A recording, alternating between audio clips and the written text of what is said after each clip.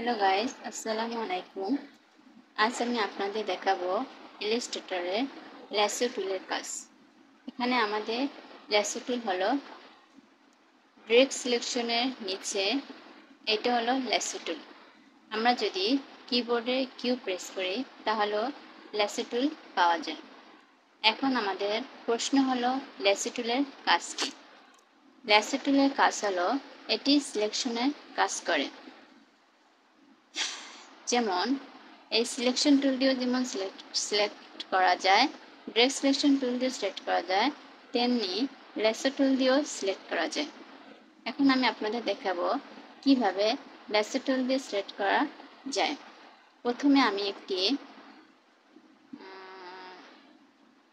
Ellipse টুল নেব, shift alter চেপে ধরে নিলাম। এতে যেহেতু হোয়াইট আছে এজন্য আমি অনেকটি কালার নিয়ে নেব। আমি ব্লু নিলাম। নেবার পর এটা অল্টার চেপে আরেকটি কপি করে দিলাম। এখন কন্ট্রোল ডি দেব। দেবার পর এখন আমি চাচ্ছি যে আমি এগুলো একসাথে সিলেক্ট করব, কিন্তু আমি যদি সিলেকশন টুল দিয়ে সিলেক্ট করি তাহলে আমি একটা একটা করে সিলেক্ট করতে পারবো, কিন্তু আমি ল্যাসো টুল দিয়ে যদি সিলেক্ট করি তাহলে আমি সব একসাথে সিলেক্ট করতে পারবো। তাহলে আমি ল্যাসো টুল নিলাম। নেবার পর এটাকে যদি আমি রাউন্ড করে ড্রাগ করি তাহলে দেখেন এগুলো আমার একসাথে সিলেক্ট হয়ে গেছে। এই হলো ল্যাসো টুলের উপকারিতা। ল্যাসো টুল আরেকটি কাজ করে, তা হলো আমি যদি একটি রেক্ট্যাঙ্গেল টুল নেই বা না রেক্ট্যাঙ্গেলই নিলাম, এখন এটার অ্যাঙ্কার পয়েন্ট কয়টি? 4টি। এখন আমি চাচ্ছি যে আমি এই কোণা আর এই কোণা সিলেক্ট করব। তাহলে কি করব, আমি ল্যাসো টুল নেব, নিয়ে শুধু আমি এই কোণা দুটি ড্রাগ করব। এই কোণা দুটি আমার সিলেক্ট হয়ে গেছে। আমি কিভাবে বুঝবো যে সিলেক্ট হয়ে গেছে?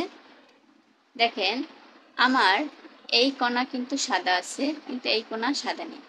আবার এই কোণা কিন্তু সাদা নেই, এই কোণা কিন্তু সাদা আছে। তাহলে বোঝা যাচ্ছে যে আমার এই কোণা দুটি সিলেকশন হয়েছে। অল্টার চেপে আমি ছোট করে দেখাচ্ছি। এখন আমি যদি কিবোর্ডে লেফট অ্যারো প্রেস করি তাহলে দেখেন কি পরিবর্তন হয়, শুধু আমার ওই কোণা দুটি নড়াচড়া করবে। আবার যদি রাইট অ্যারো প্রেস করি তাহলেও আমার ওই কোণা দুটি নড়াচড়া, আমি যে দুটি সিলেকশন করেছি। আমি যদি ডাউন অ্যারো প্রেস করি আমার এই কোণা দুটি কিন্তু এক জায়গাতেই আছে, কিন্তু আমি যে কোণা দুটি আমি সিলেকশন করেছি সেই কোণা দুটি কিন্তু চেঞ্জ হচ্ছে। এই হলো ল্যাসো টুলের আরেকটি কাজ। তো গাইস, যদি আমার ভিডিওটি আপনাদের ভালো লেগে থাকে তাহলে দয়া করে অবশ্যই আমার চ্যানেলটি সাবস্ক্রাইব করে দিবেন এবং লাইক কমেন্ট শেয়ার করে দিবেন।